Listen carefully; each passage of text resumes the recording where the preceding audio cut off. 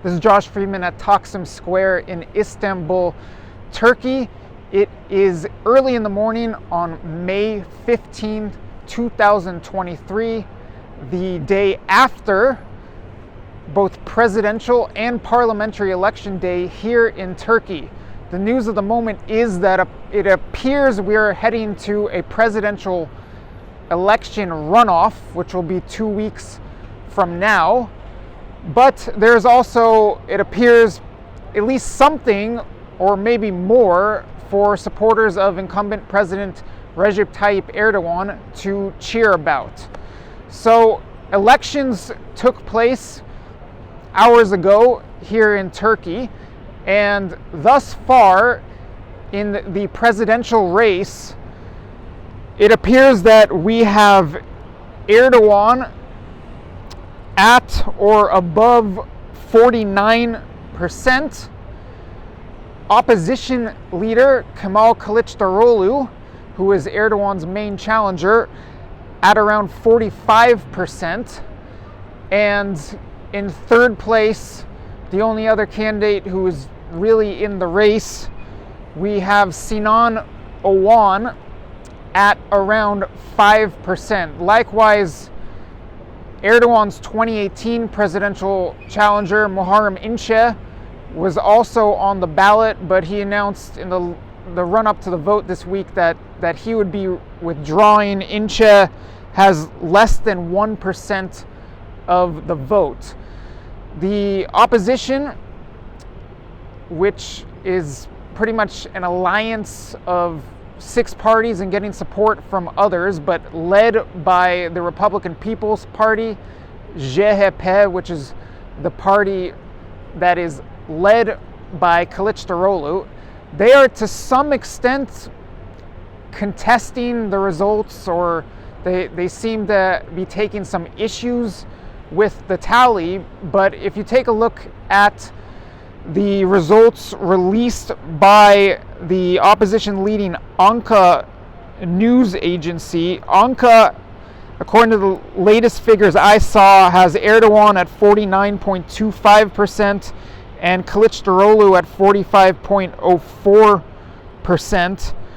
The state news agency Anadolu agency has Erdogan, according to the latest figures I've seen, at 49.5%, Kılıçdaroğlu at 44.79%, and Oğan at 5.27%. That's with 95% of ballot boxes opened, according to Anadolu. There are still some votes that are coming in, and as the night went on, as is typically the case with elections here, Erdogan's tally went down and his main challenger Kılıçdaroğlu's tally went up.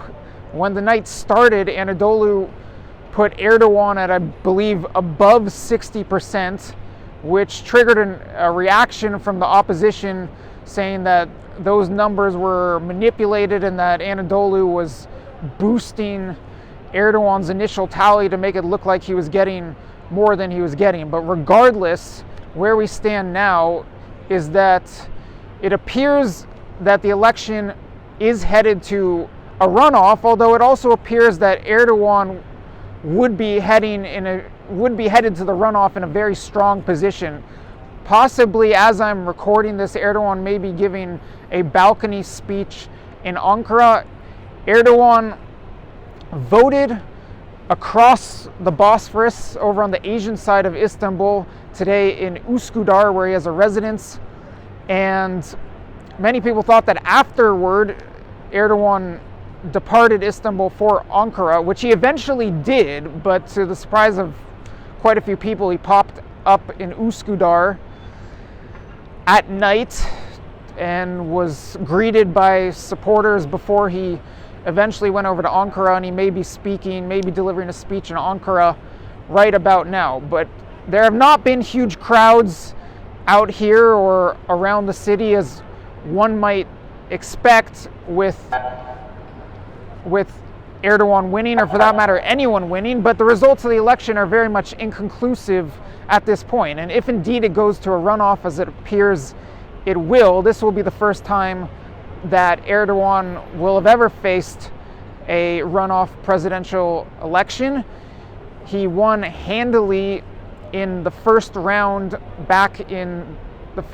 voting back in 2018. Erdogan won outright that time, which was not his first time running for president, but the first time that Erdogan, or anyone for that matter, ran after Turkey changed from a parliamentary system to an executive presidency, or a presidential system. That constitutional change took place via a referendum back in 2017.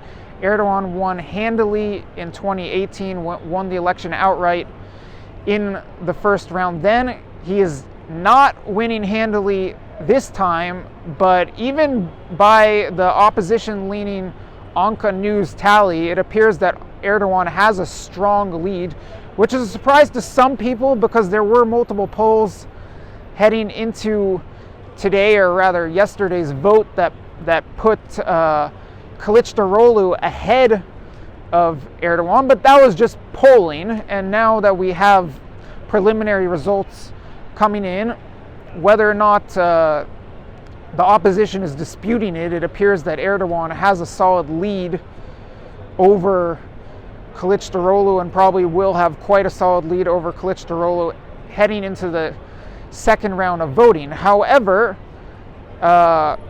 Oğan, one might say, is in a kingmaker position, given that he's got 5% of the vote, and 5% could swing the election and determine who is Turkey's next president. Oğan is a nationalist politician.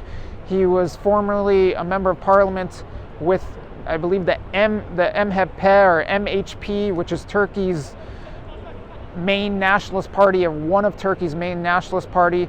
The MHP is in a coalition with Erdogan's AKP, the Justice and Development Party, and that coalition, or alliance as it's called, the People's Alliance, which is the ruling alliance in parliament right now, they, by all indications, will have control of the parliament once again. There are 600 seats in the Turkish parliament, and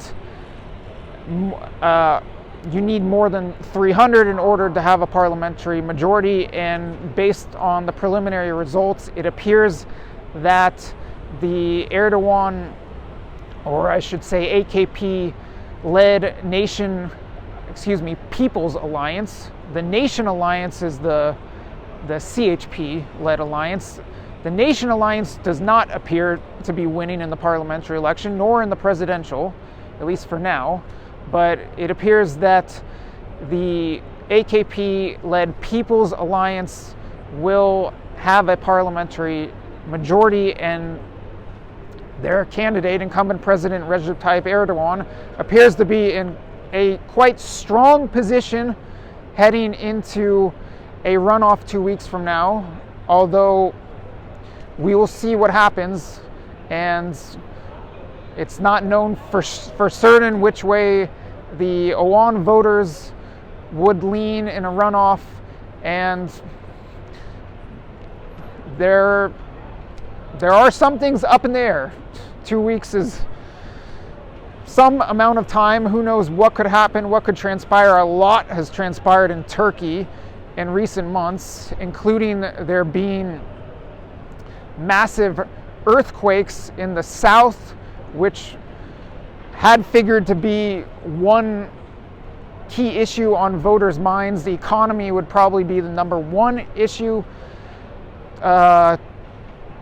Turkish citizens and residents have dealt with a whole lot of inflation and cost of living increases, not just in recent months, but in recent years. And some people had wondered whether that would create a major election hurdle for Erdogan, but at least so far he seems to be overcoming that and other election hurdles, although it appears we have a runoff ahead.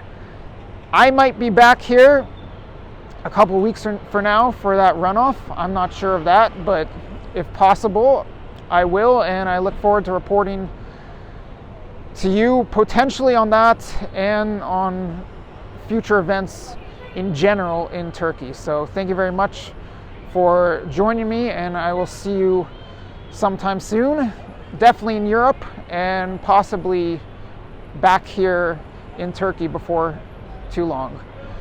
Güle güle and good night or good morning from Istanbul.